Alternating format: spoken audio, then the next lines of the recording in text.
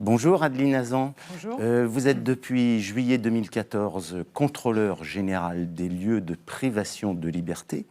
Alors c'est un titre un petit peu complexe, mais en gros votre mission consiste à veiller et à faire respecter les droits fondamentaux, les libertés fondamentales, leurs droits, à toutes les personnes qui sont dans des lieux privés de liberté. Alors évidemment, ça concerne les prisons, en tout premier lieu, mais ça concerne aussi les établissements de santé. On parlera plus tard de la situation dans les hôpitaux psychiatriques. Ça concerne les locaux de garde à vue, ça concerne les zones de transit d'aéroports, ça concerne les centres de rétention administrative pour étrangers, les centres fermés pour mineurs, etc. Vous êtes donc à la tête d'une autorité indépendante du gouvernement et à tout moment, vous êtes l'une des rares personnes qui est en droit d'exiger de pénétrer dans n'importe quel lieu, de l'inspecter et de faire un rapport et de contrôler ce qui se passe dans ces lieux. Alors, une question rapide, vous n'avez qu'un pouvoir de recommandation. Est-ce que donc, ce qui signifie souvent que le gouvernement peut vous ignorer ? Alors, juste une précision, nous ne sommes pas une autorité indépendante, nous ne sommes pas une autorité du gouvernement, au contraire. Non, c'est pour ça que je disais, vous êtes un peu comme voilà. le défenseur des droits. Tout à fait, c'est le même statut exactement. C'est le même statut que le défenseur des droits. C'est-à-dire que nous sommes une autorité administrative indépendante de tout pouvoir public et ne dépendant strictement d'aucun ministère. Alors effectivement, comme vous venez de l'indiquer, notre pouvoir est un pouvoir d'observation, et de dénonciation et de recommandation. C'est-à-dire que nous constatons les éventuelles atteintes aux droits fondamentaux des personnes dans les lieux que vous venez de citer. Nous les indiquons aux ministres qui ont la compétence sur les établissements et nous demandons un certain nombre de réformes. Nous n'avons pas de pouvoir d'injonction sur les ministres. D'ailleurs, on n'a de pouvoir d'injonction sur les ministres que le président de la République, finalement, en réalité. Donc, c'est un pouvoir de recommandation. Alors, vous pouvez en revanche saisir la justice. J'ai vu, vous pouvez signaler au procureur. On peut signaler, mais comme d'autres, comme des représentants de... Comme n'importe quel fonctionnaire également. Voilà, absolument. Hein, c'est l'article 40. C'est l'article 40 qui impose à n'importe quel fonctionnaire qui constate l'existence possible d'un délit de le signaler au procureur de la République. Donc, nous le faisons, nous également. Une fois que nous avons signalé les dysfonctionnements, nous retournons dans les établissements en question, environ 1 an ou 2 ans après, pour vérifier que ce que nous avons dénoncé, ce que nous avons proposé comme recommandation et comme modification est bien effectué. D'accord. Alors, on va parler de la prison et de la politique pénitentiaire avec vous, et puis avec Marie Crétenot. Bonsoir, Marie Crétenot. Vous êtes membre de l'OIP, l'Organisation internationale des prisons, et c'est une association, on a beaucoup travaillé avec l'OIP à Mediapart récemment sur une enquête qui concernait les suicides en prison et la difficulté à collecter du reste des données exactes et fiables sur le nombre de suicides qui interviennent chaque année en prison. Alors les prisons, le 6 mars, Emmanuel Macron a annoncé un plan visant à réformer la politique pénitentiaire et un plan qui devrait déboucher sur un projet de loi qui sera présenté en avril. L'objectif, et je cite le président, faire sortir de prison plusieurs milliers de personnes pour qui la prison est inutile, voire contre-productive. Adeline Hazan, vous dénoncez depuis des mois, et peut-être depuis plus longtemps, parce que je veux aussi rappeler que vous avez été, à la fin des années 80, la présidente du syndicat de la magistrature. Vous êtes magistrate de formation, avant d'avoir fait une carrière politique au Parti socialiste, d'avoir été maire de Reims jusqu'en 2014. Vous dénoncez dans une récente tribune au Monde l'inflation carcérale et vous estimez que la prison est une mesure onéreuse, inefficace, mais facile. Facile, c'est-à-dire facile à prendre par les magistrats et à assumer par les politiques. Finalement, ce discours du président de la République qui... dans les mots, on examinera ensuite le détail du plan, dans les mots, brise avec le rituel du tout sécuritaire, du tout enfermement, qui est quand même un grand classique des hommes politiques, surtout depuis 20 ans, à droite, mais aussi parfois à gauche. Ce discours est un peu une nouveauté dans le style, on viendra ensuite sur le détail des mesures. Dans votre question, il y a une partie de la réponse, c'est-à-dire que, effectivement, Dans les propos du président de la République, on peut constater un tournant, franchement. C'est-à-dire que d'abord, c'est la première fois qu'un président de la République parle aussi fort des prisons, de la surpopulation carcérale et surtout du fait que la prison, la peine d'incarcération ne doit pas être la peine de référence, que quelqu'un qui subit une peine de prison, ça doit être seulement un moment dans sa vie. Et surtout, il revient beaucoup dans son discours sur la nécessité pour un détenu de garder ses droits de citoyen. Ça, c'est tout à fait important et c'est à saluer. Le problème, j'allais dire et en même temps, quand on examine de plus près ce qu'il a annoncé à la fois dans son discours, puis on commence les uns et les autres à examiner le projet qui va être soumis au Conseil des ministres du 11 avril, on s'aperçoit qu'en fait, au-delà des déclarations d'intention et de certaines mesures qui sont intéressantes, comme la suppression de la peine de 1 mois, comme les aménagements de peine prioritaires. Sur le détail. Donc, au-delà de certaines mesures qui sont intéressantes, il y en a d'autres qui sont une régression. On va revenir dessus, mais il y en a d'autres qui sont une régression et qui, je pense, je le crains en tout cas, j'espère me tromper, mais je ne suis pas sûre, qui vont probablement, au contraire, créer des incarcérations nouvelles là où il n'y avait pas d'incarcération. D'accord. Alors, Marie Cretineau, on emprisonne bien plus en France que dans la plupart des pays européens. Pas de tous les pays européens. Je crois qu'il y a plus de détenus au Royaume-Uni, par exemple, qu'en France. Mais enfin, on est quand même dans le peloton de tête des pays qui incarcèrent assez massivement. 70 000 détenus aujourd'hui, un taux de suroccupation des prisons en moyenne de 114%, et dans certains établissements, ça peut atteindre les 150%. Voire plus. 200%. 200%. Et puis évidemment, des conditions de détention de plus en plus détestables, voire horribles. Dans l'évolution de cette... Qu'est-ce que... Vous l'avez dit, on est face à une inflation carcérale. Donc cette question en fait, de la surpopulation, elle est devenue chronique. Elle est chronique depuis des années. Mais on est quand même face à une aggravation.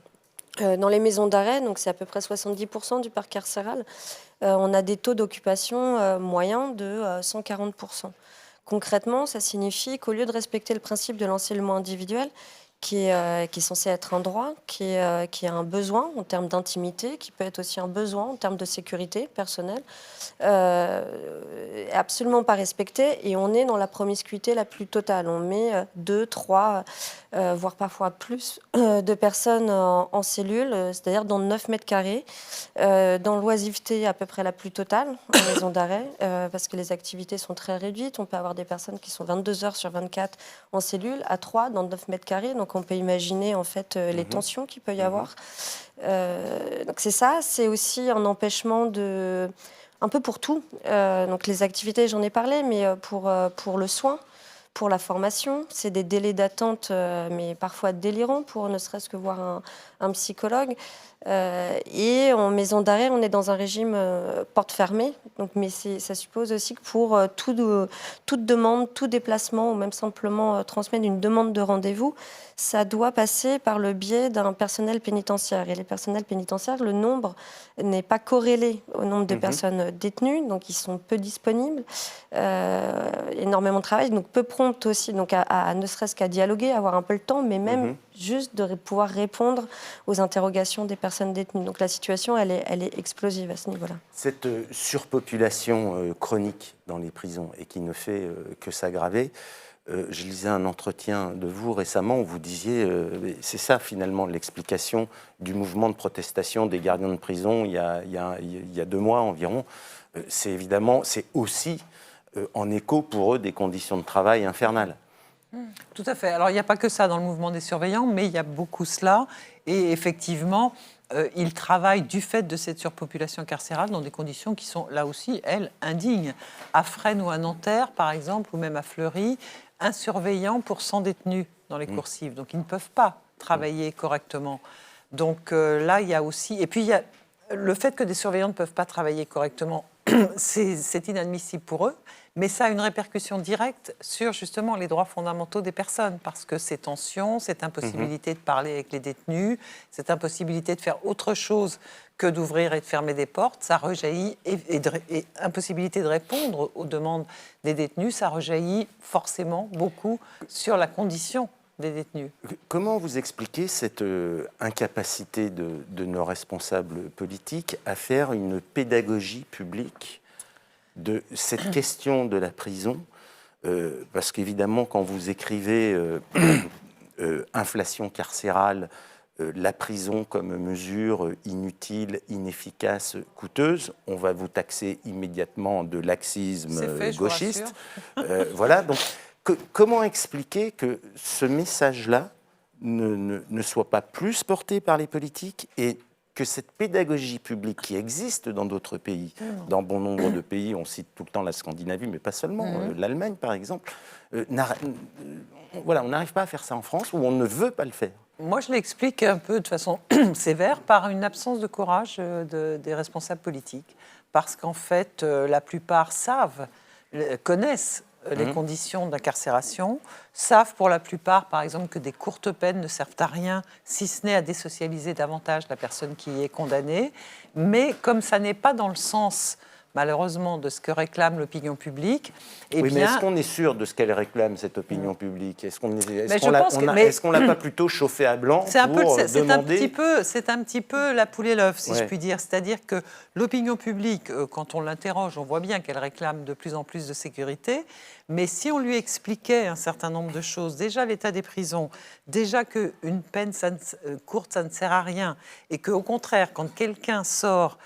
alors qu'il n'a pas eu sa sortie préparée, il y a beaucoup plus de risques de récidive, alors à ce moment-là, l'opinion publique, avec des guillemets, comprendrait que c'est l'intérêt de la personne, mais c'est aussi l'intérêt de la société qu'il n'y ait pas de récidive. Donc là, il y a un véritable manque de pédagogie de la part des pouvoirs publics que moi j'analyse comme une volonté d'aller dans le sens... majoritaire de l'opinion publique. Et c'est en cela qu'on a pu, un certain nombre d'entre nous, je crois, moi et puis d'autres, saluer le discours, là, pour le coup, nouveau du président de la République, qui a affirmé un sens de la peine et qui a indiqué qu'il y avait beaucoup de peines qui ne servaient à rien. C'est quand même la première fois qu'on l'entend de la part d'un haut responsable politique. Et qui dit clairement que l'objectif est de faire sortir plusieurs milliers de personnes de prison. Donc, Marie Crèteneau, vous qui êtes une organisation internationale et donc beaucoup dans des comparatifs européens, en Europe. Oui, vous êtes la section française, mais je sais que dans votre publication, vous faites très souvent des comparatifs européens. Vous adhérez à ce constat d'une lâcheté des politiques pour faire cette pédagogie, ou il y a d'autres éléments, par exemple du côté de la magistrature, de juges Entre autres. Alors, il y a d'autres éléments. Il y a le climat politique. On voit que dans les pays scandinaves aussi, ce qui fonctionne, c'est qu'on est dans un autre type de démocratie. Une démocratie de consensus, donc avec moins de clivage. Et puis, il y a aussi un autre poids qui est donné aux experts et à la recherche. Les chercheurs sont beaucoup plus écoutés. Donc ça change. Il y a la question des médias aussi. C'est pas du tout le même traitement médiatique des questions de délinquance ou de criminalité. Et je pense que c'est un poids énorme. Il y avait des études aussi qui montraient qu'en fait, plus les gens regardent la télévision et les journaux télévisés, plus le réflexe punitif est accru. Parce qu'en fait, il y a un sentiment généré d'insécurité qui est complètement déconnecté de la réalité. Et aujourd'hui, ce qu'on oublie, c'est que la délinquance n'a pas explosé. Enfin, on a beaucoup plus de détenus, mais on a une forme les chiffres sont toujours controversés, mais globalement, on a une forme de stabilité des questions de délinquance et de criminalité. En termes d'homicide, ça n'a cessé de diminuer depuis des années. Donc ça, c'est pas pris en compte. Et effectivement, il y a les magistrats. Et il y a une culture parmi certains magistrats qui sont toujours convaincus que même des courtes peines de prison, de très faible durée, comme ces fameuses peines d'1 mois, peuvent être un élément utile, c'est-à-dire qu'on va créer un choc carcéral qui pourra avoir un effet dissuasif, ce qui n'est absolument pas le cas en criminologie, mais il y a ce réflexe-là aussi, et les discours politiques sont utiles, mais il y a aussi une question de formation des magistrats. Alors, si on vient, si vous voulez bien, sur le détail de la réforme Macron, on va prendre par morceaux, si je puis dire. Les peines d'1 mois d'emprisonnement sont supprimées. Une bonne chose. C'est très bien. C'est très bien. Avec un petit risque, on parlait des magistrats, avec un petit risque, c'est que si le tribunal correctionnel veut vraiment, ou un magistrat unique, juge unique veut vraiment condamner à de la peine ferme parce qu'il pense que justement ça peut être un choc, etc., ben, il risque de mettre 2 mois là où il aurait mis 1 mois. Ça, c'est un risque. Mais bon, on verra comment ça se passe. L'idée d'une peine d'1 mois, ça ne sert à rien. Et donc, carrément la supprimer du dispositif législatif, c'est, à mon avis, un plus. Alors, deuxième mesure, les peines de 6 mois ne se feront pas en prison. Elles se feront sous bracelet électronique, dans d'autres, en milieu ouvert, etc. Mais plus de prison pour des peines de moins de 6 mois. Les peines de moins d'1 an pourront être faites en prison, mais un juge d'application des peines évaluera les possibilités d'effectuer cette peine à l'extérieur, si je puis dire. Sur ces 2 seuils, vous... Pour vous répondre, moi, ce que je dirais, c'est que de 1 mois à 6 mois, je trouve qu'il est dommage que les pouvoirs politiques ne soient pas allés complètement au bout de la logique. C'est-à-dire, c'est vrai que c'est très bien de dire de 1 à 6 mois, parce que là, ça représente beaucoup de condamnations. En principe... 90 000, voilà, 90 000 peines par an, de 1 à 6 mois. Voilà. En principe effectué sous d'autres formes que l'incarcération, mais il y a quand même un bémol, et ce bémol, là aussi, je crains qu'il puisse devenir, en fonction de la politique que mèneront les magistrats, qui puisse devenir une généralité, c'est sauf si le tribunal considère qu'il faut une peine d'incarcération et qu'il motive sa décision. Qu'il motive sa décision, moi j'étais quand même un peu surprise, parce que c'est quand même bien le moins quand même qu'un tribunal motive sa décision. Là, ça a l'air d'être mis comme une réserve, enfin, c'est quand même absolument le b.a.-ba. Donc voilà, j'aurais préféré que ce soit vraiment que pour les peines jusque-là envisagé de 1 à 6 mois, ce soit vraiment systématique avec peut-être une exception. C'est ce qui avait été prévu d'ailleurs dans les discussions, c'est-à-dire une exception quand par exemple la personne ne peut absolument pas être sous bracelet électronique ou vraiment des conditions matérielles qui empêcheraient qu'on puisse prononcer une peine de 1 à 6 mois. Tandis que là, les conditions dans lesquelles le tribunal pourra le faire, elles sont quand même assez générales et finalement il pourra le faire presque à chaque fois. Il y a même dans les chantiers justice, écrits par la garde des Sceaux et le Premier ministre, ils ont même déjà anticipé que dans près de la moitié des cas, alors 40% pour être exact, ce ne sera pas appliqué. Et dans 40% des cas, en fait, les peines de moins de 6 mois continueront d'être des peines de prison, quoi. Et surtout, ce qui est frappant, c'est qu'on est toujours dans le référentiel prison. C'est-à-dire, on oublie que, en fait, dans nos textes, déjà, en matière délictuelle, donc les délits, ça peut aller jusqu'à 10 ans de prison. En matière délictuelle, le principe, c'est que le raisonnement du magistrat, ça doit être d'abord une alternative à la détention. Si ça n'est pas possible, penser en aménagement de peine et, par défaut, la prison. Donc, et là, en fait, on renverse complètement la logique en laissant entendre qu'il y a une quelconque nouveauté, mais non, en principe, l'aménagement de peine et les alternatives sont déjà prévues, elles ne sont pas prononcées. Donc on est déjà dans un dispositif un peu palliatif, où on admet que dans une bonne partie des cas, en plus, ça ne va pas avoir lieu. Alors, enfin, dernier stade, si je puis dire, et c'est là que les choses se corsent, déclaration du président de la République, les peines de plus d'1 an d'emprisonnement devront bel et bien être effectuées. Je rappelle qu'aujourd'hui, les peines de moins de 2 ans peuvent donner lieu à aménagement, justement. Et donc, du coup, cette peine couperée, qui signifie prison automatique, est baissée de 2 ans à 1 an, puisque Macron était très clair dans ses déclarations, les peines d'emprisonnement de plus d'1 an doivent impérativement être effectuées. C'est là qu'on peut parler d'un vrai recul. Totalement. D'ailleurs, en cela, il suit une des rares, je veux dire, propositions qui avait été faite pendant la campagne présidentielle sur la justice pénale, et il l'avait déjà annoncé.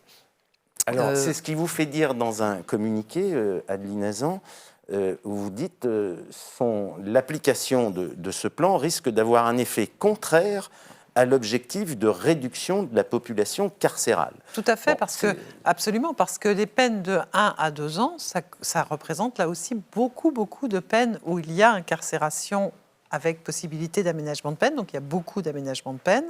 Et là, supprimer la possibilité d'aménagement de peine, ça me paraît un recul extrêmement grave. Ça me paraît un recul extrêmement grave parce que justement, ça contrarie la nécessité de pouvoir individualiser les peines en fonction des personnes.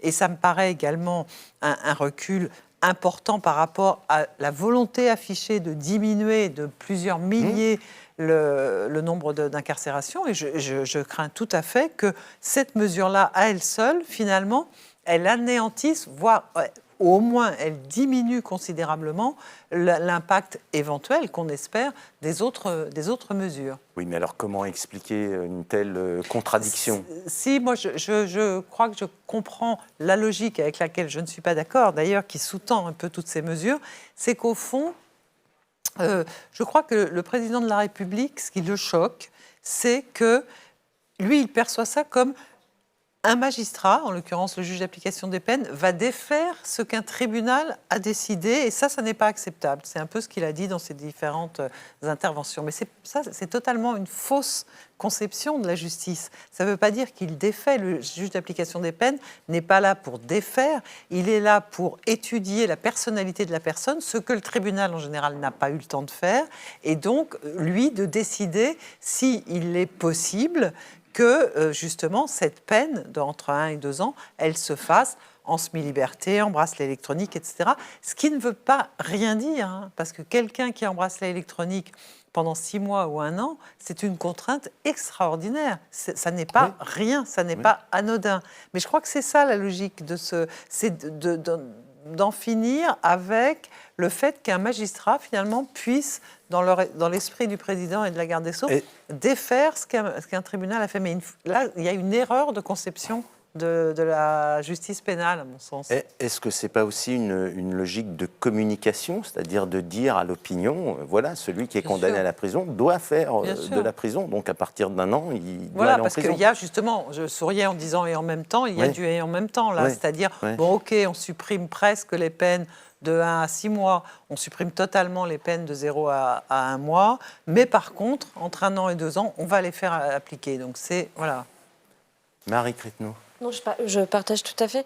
Ce qui était très clair aussi, quand même, en fait, on était quand même dans un exercice de communication. C'est que le président a essayé d'appuyer en fait ce dispositif en disant que jusqu'à maintenant, les peines de plus d'1 an, de 1 à 2 ans, étaient systématiquement aménagées. Ça a été répété, et alors ça, c'est strictement faux en termes juridiques. En plus, on est très loin de la réalité. Et puis, les juridictions avaient déjà la possibilité, en fait, si elles veulent que la peine soit effectivement exécutée en détention, finalement, de la sortir d'un mandat de dépôt. Donc, la personne est immédiatement incarcérée. Quand elle ne mettait pas de mandat de dépôt, c'était une manière, en fait, de permettre au juge d'application des peines d'affiner la décision.